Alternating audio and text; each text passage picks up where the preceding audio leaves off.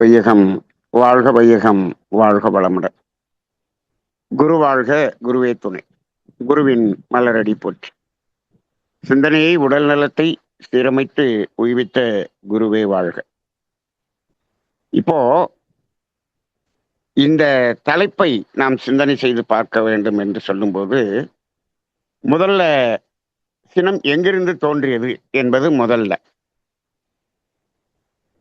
இது எங்கிருந்து தோன்றியது என்று சொன்னால், இது மனிதனில் தோன்றியதா, சினம் என்பது மனிதனில் தோன்றியதா என்று ஒரு கேள்வி கேட்கணும்.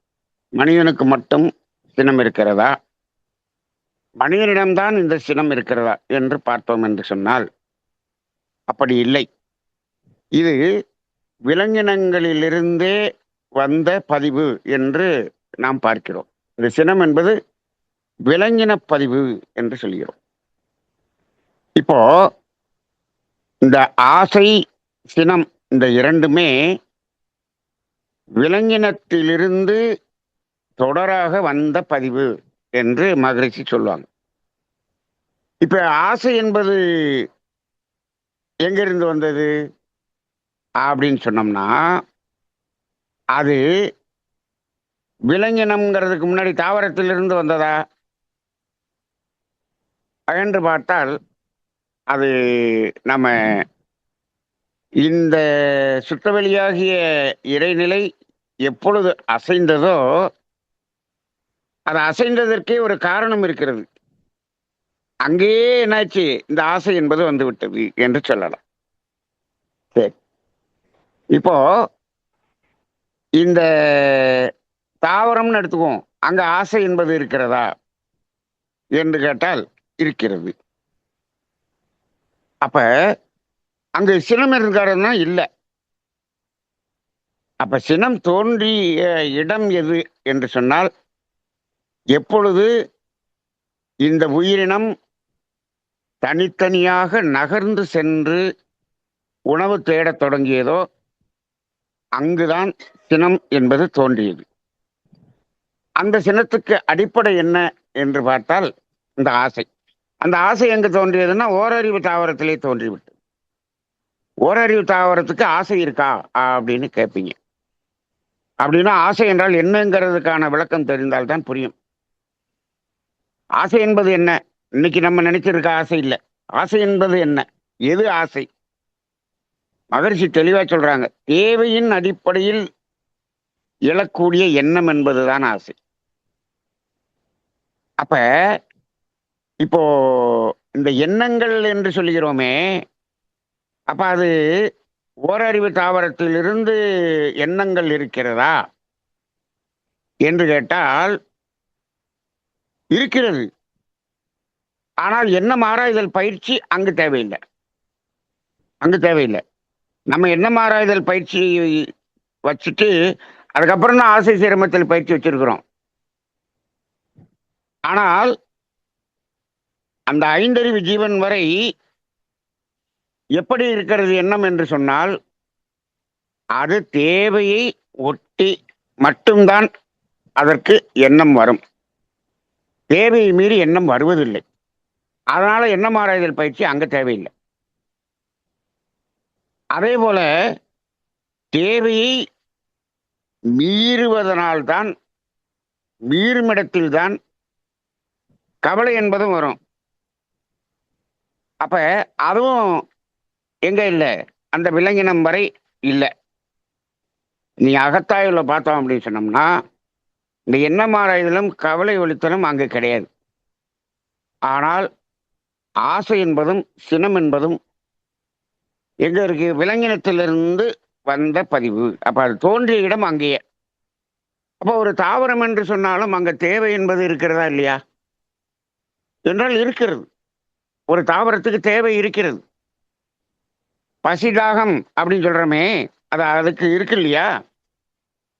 அதற்கு வேண்டிய அந்த நீர், அதற்கு வேண்டிய உணவு அப்படிங்கிறதெல்லாம் அது எடுத்துத்தானே அது வாழ்கிறது. என்னன்னா, அது நகர்ந்து சென்று எடுப்பதில்லை. அப்ப பூமியில் நீர் இருக்கிறதுனா அதை என்ன பண்ணுது? உறிஞ்சிக் கொள்கிறது அல்லவா? அப்ப அந்த இடத்துல அது தேவை நிறைவு செய்து கொள்வதற்காக அது உறிஞ்சிக் கொள்கிறதுன்னு சொன்னா அங்கேயே ஆசை வந்துடுச்சு. ஆனா அந்த தாவரத்துல சினம் இல்லை. ஏன் இல்லை அப்படின்னா அது ஒரே இடத்தில் நிலையாக வேரூன்றி நிற்கக்கூடியது. அது நகர்ந்து சென்று உணவை தேடுவதில்லை. அப்படின்னா என்னாகும்? அந்த தாவரத்துக்கிட்ட இருக்கக்கூடிய உணவை அது எடுத்துக்கொள்ளும்.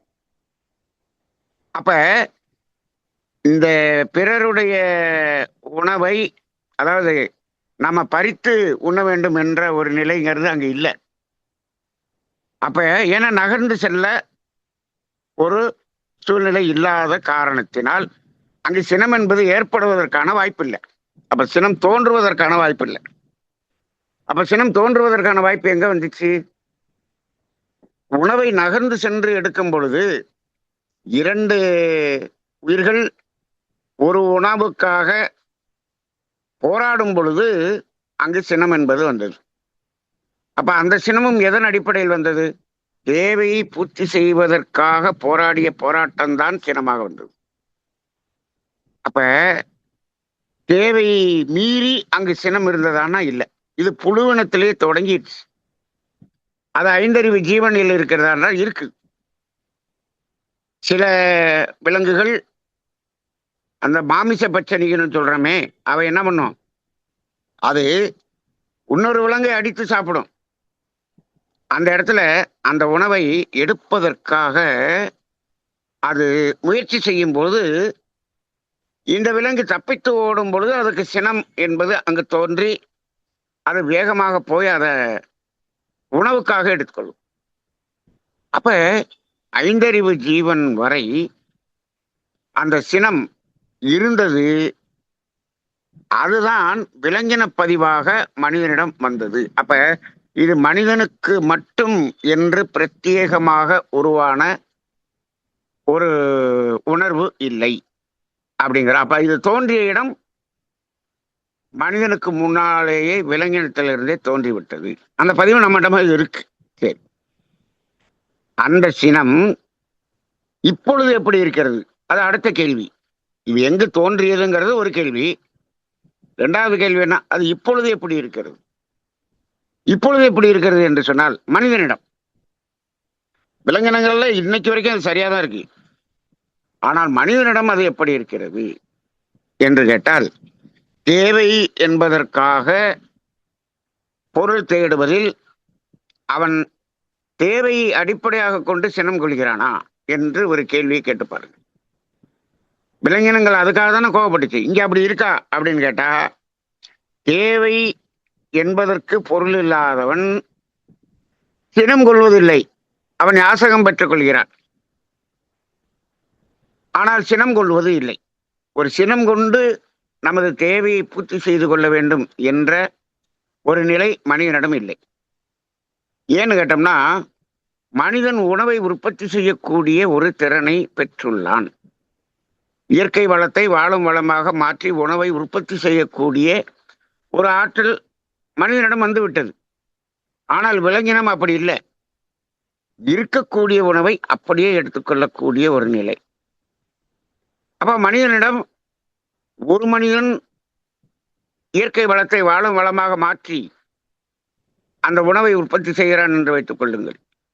மகரிஷி சொல்றாங்க, ஒரு மனிதன் உற்பத்தி செய்யக்கூடிய அந்த உணவு 100 நபர்களினுடைய தேவையை பூர்த்தி செய்யக்கூடிய அளவுக்கு இவனால் உற்பத்தி செய்ய முடியும் என்று சொல்கிறார். அவ்வளவு திறன் இவனிடம் இருக்கிறது. இதை சொன்ன காலம் வேற. இதை மகரிஷி எப்போ எழுதுனாங்களோ அப்ப எல்லாம் அந்த வீரிய ஒட்டு விதைகள்ங்கிறதெல்லாம் இல்லை. அப்ப எல்லாம் நாட்டு விதைகள், நாட்டு விவசாயம் மட்டும்தான் இருந்தது. அப்ப அதுல ஈல்டு ரொம்ப ரொம்ப கம்மி. அப்பயே அவர் இப்படி எப்படி எழுதியிருக்கிறார்? ஒரு மனிதனுடைய உழைப்பினால் வரக்கூடிய அந்த உணவு 100 பேருடைய தேவையை பூர்த்தி செய்யக்கூடிய அளவுக்கு திறன் இருக்கிறதுன்னு சொல்றார்.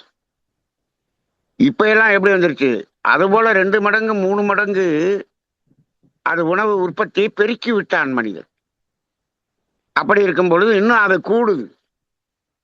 ஆனால் இன்னைக்கு உணவு உற்பத்தி செய்யக்கூடியவர்களுடைய எண்ணிக்கை குறைந்து வருகிறது என்பது ஒன்று. இருந்தாலும் இப்பொழுது உணவு உற்பத்தி அதிகமாகி அந்த உணவு பொருட்களை எங்கு ஏற்றுமதி செய்ய இயலாமல் தேங்கி நிற்கிறது என்று சொல்லக்கூடிய நாடுகள் எல்லாம் இருக்கிறது. அப்ப அந்த அளவுக்கு உற்பத்தி செய்ய தொடங்கி விட்டான். ஏன்னா இவன் மட்டும் உழைப்பது இல்லை, ஒரு மனிதனுடைய உழைப்புன்னு சாமி சொல்றாரு. இங்க அப்படி இல்லை. இன்னைக்கு முழுக்க முழுக்க முழுக்க இயந்திரங்கள் வந்து விட்டது. மனிதனுடைய உழைப்பு குறைந்து மனிதனுடைய உழைப்புக்கு பதிலாக ஒரு 20 மனிதன் செய்ய வேண்டிய வேலையை ஒரு இயந்திரம் செய்து விடுகிறது. அப்படி வரும் பொழுது இன்னும் அந்த உற்பத்தி அதிகமாகிவிட்டது. அப்ப இப்படி இருக்கக்கூடிய இன்றைய காலகட்டத்தில் தேவை என்பது நிறைவு செய்து கொள்வதற்காக இந்த பறித்து உண்ண வேண்டுமா, சினம் இங்கு தேவையா, ஏற்பட வேண்டிய அவசியம் இருக்கிறதா என்று கேட்டால் தேவையின் அடிப்படையில் சினம் எழ வேண்டிய அவசியம் இல்லை. அப்ப எல்லோரிடமும் அதிகமாக இருக்கிறது. தேவையை மீறி ஒருவன் வைத்திருக்கிறான் என்று சொன்னால் அவனிடம் தேவைக்கு இல்லாதவர்கள் யாசகம் எடுத்து அந்த தேவையை நிறைவு செய்து கொள்கிறார்கள். அதை யார் உழைக்க முடியாதவர்கள் அப்படி யாசகம் செய்து பெற்றுக் கொள்கிறார்கள். அவ்வளவுதான். இதுதான் மனித வாழ்க்கை.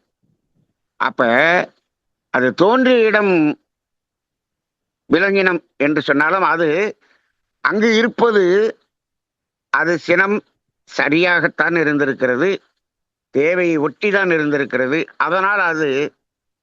அதனால் வரக்கூடிய துன்பம் கர்ம வினையாக மாறவில்லை. விலங்கினங்களுக்கெல்லாம் கர்ம வினை இல்லைன்னு சொல்றோம். அது சினப்பட்டு துன்பம் கொடுக்குதே, அப்ப கர்ம வினையாக மாறுமானா இல்லை, கர்ம வினையாக மாறாது.